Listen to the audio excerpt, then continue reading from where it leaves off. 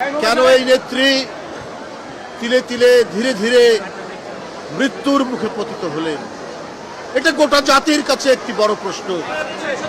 দেশের নেত্রী বেগম খালেদা জিয়া 4.5 দশকের এক অনবদ্য রাজনৈতিক প্রতিষ্ঠান, যিনি গোটা জাতিকে উদ্বুদ্ধ করেছেন, প্রেরণায় উদ্দীপ্ত করেছেন, গোটা জাতিকে জাগিয়েছেন কিভাবে স্বৈরাচারী, স্বেচ্ছাচারী, ফ্যাসিবাদী দুঃশাসনের মুখে গণতন্ত্রের জন্য লড়াই করতে হয়, কি করে জনগণের পাশে থাকতে হয় এবং অনেক দুঃখ, সংকট, চাপ, হুমকির মুখেও জনগণকে ছেড়ে না যাওয়ার যে দৃষ্টান্ত, সেটা দেশনেত্রী বেগম খালেদা জিয়া তিনি দেখিয়েছেন।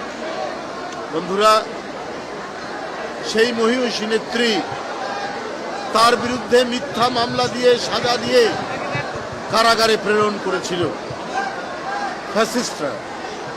আপনারা দেখেছেন, পায়ে হেঁটে তিনি কারাগারের মধ্যে গিয়েছিলেন, কিন্তু সেই কারাগারের মধ্যেই চক্রান্ত হয়েছে, ষড়যন্ত্র হয়েছে, তার চিকিৎসা দিতে দেওয়া হয়নি, তার ভুল চিকিৎসা দেওয়া হয়েছে ইচ্ছাকৃতভাবে, এবং তার খাওয়া এবং অন্যান্য কিছুতেই সন্দেহ রয়ে গেছে। কেন এই নেত্রী তিলে তিলে ধীরে ধীরে মৃত্যুর মুখে পতিত হলেন? এটা গোটা জাতির কাছে একটি বড় প্রশ্ন। গোটা জাতি আজকে এই প্রশ্ন করছে, যে নেত্রীকে আমরা পায়ে হেঁটে কারাগারের ভিতরে যেতে দেখলাম, সেই নেত্রী হুইল চেয়ারে করে বের হলেন, সেই নেত্রী দিনের পর দিন হাসপাতালে থাকতে হবে কেন? এর মধ্যে অশুভ কারসাজি, এর মধ্যে দেশনেত্রী বেগম জিয়াকে পৃথিবী থেকে সরিয়ে দেওয়ার সকল চক্রান্ত হয়েছে। কিন্তু তার যে অটুট মনোবল, তার যে স্থৈর্য, আত্মসংযম, তার যে সাহস, তার যে দৃঢ় প্রত্যয় যে তাকে কোনো হুমকির মুখে তার জনগণ এবং তার মাটি থেকে সরানো যায় না, তার জ্বলন্ত এক প্রমাণ দেশনেত্রী বেগম খালেদা জিয়া। আমরা তাদেরকে হারিয়েছি। বাংলাদেশ এই ইস্পাত কঠিন এবং জনগণের একান্ত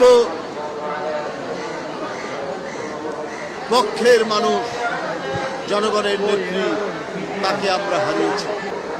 গোটা জাতি যেখানে কাঁদছে, গোটা জাতির চোখ দিয়ে যখন অশ্রু ঝরছে, তখন আমরা আর কি বলব? কেন এটি হয়েছে?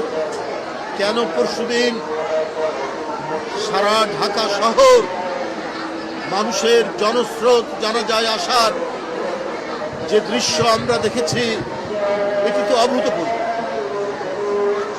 আল্লাহ তাকে মহিমান্বিত করেছেন, গৌরবান্বিত করেছেন। জনগণের নেত্রী, গণতন্ত্রের নেত্রী, মানব কল্যাণের নেত্রী, তার বিরুদ্ধে কত কুরুচিপূর্ণ কথা বলা হয়েছে, কত ধরনের তার বিরুদ্ধে নোংরা কথা বলা হয়েছে, কিন্তু তার আত্মসংযমের মধ্যে, তার সজ্জন এবং সুরুচিপূর্ণ কথার মধ্যে দিয়ে তিনি প্রমাণ করেছেন, যারা কুরুচিপূর্ণ কথা বলে তারা জনগণ থেকে ধিক্কৃত হয়, আর যারা সৌজন্যবোধ প্রিয়, যারা হাজার আক্রমণের মুখেও, হাজার বাজে কথা বলার পরেও যিনি একটি মাত্র শব্দ, খারাপ শব্দ, বাজে শব্দ তিনি উচ্চারণ করে না, তাকেই তো আল্লাহ মহিমান্বিত করবে। আজকে দেখুন, পরশুদিন থেকে জনতার ঢল নেমেছে, সারা বাংলাদেশের মানুষ আসছে, দোয়া করছে দেশনেত্রী বেগম খালেদা জিয়া। তাই বন্ধুরা আমার, আমি শুধু এইটুকু কথাই বলতে চাই, জাতীয়তাবাদী মহিলা দল আজকে তারা দোয়া করেছেন, শ্রদ্ধা জানিয়েছেন। এই জাতীয়তাবাদী মহিলা দলকে তিনি খুবই ভালোবাসতেন, তার হাত দিয়েই তৈরি। এখানে যে নেতৃত্ব দাঁড়িয়ে আছে, সবই তার তৈরি। তাই বন্ধুরা আমার, বেগম খালেদা জিয়া যে আদর্শ, যে নৈতিকতা, যে অঙ্গীকার জনগণের কাছে দিয়েছিলেন, তার যে রেখে যাওয়া আদর্শ, সেই আদর্শ এত উঁচু মাত্রার নৈতিক বৈশিষ্ট্য ধারণ করে। আমরা সেই পথ ধরে, তার দেখানো পথ ধরেই আমরা এগিয়ে যাব। জাতীয়তাবাদী মহিলা দল এগিয়ে যাবে, বিএনপি এগিয়ে যাবে, সকল অঙ্গ সংগঠন এবং এদেশের জাতীয়তাবাদী শক্তি এগিয়ে যাবে। তার দেখানো পথ দিয়ে এগিয়ে গেলেই আমরা গণতন্ত্র সমুন্নত রাখতে পারবো, আমরা দেশের পতাকাকে ধরে রাখতে পারবো, স্বাধীনতাকে ধরে রাখতে পারবো, সার্বভৌমত্বকে ধরে রাখতে পারবো। সুতরাং তিনি যে প্রেরণা, তিনি যে নিজে যন্ত্রণা সহ্য করে, অত্যাচার সহ্য করে তিনি তার পতাকাকে উড্ডীন রেখেছিলেন, সেই দৃষ্টান্তই আমরা অনুসরণ করে আমরা এগিয়ে যাব।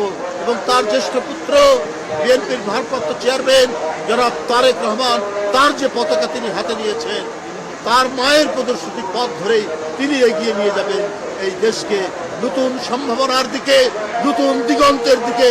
আমরা সেই দিগন্তের দিকে এগিয়ে যাব, যার জন্য প্রায় 40-45 বছর, 46 বছর লড়াই করে গেছেন, নিরন্তর লড়াই করে গেছেন, নিরন্তর সংগ্রাম করে গেছেন বেগম খালেদা জিয়া।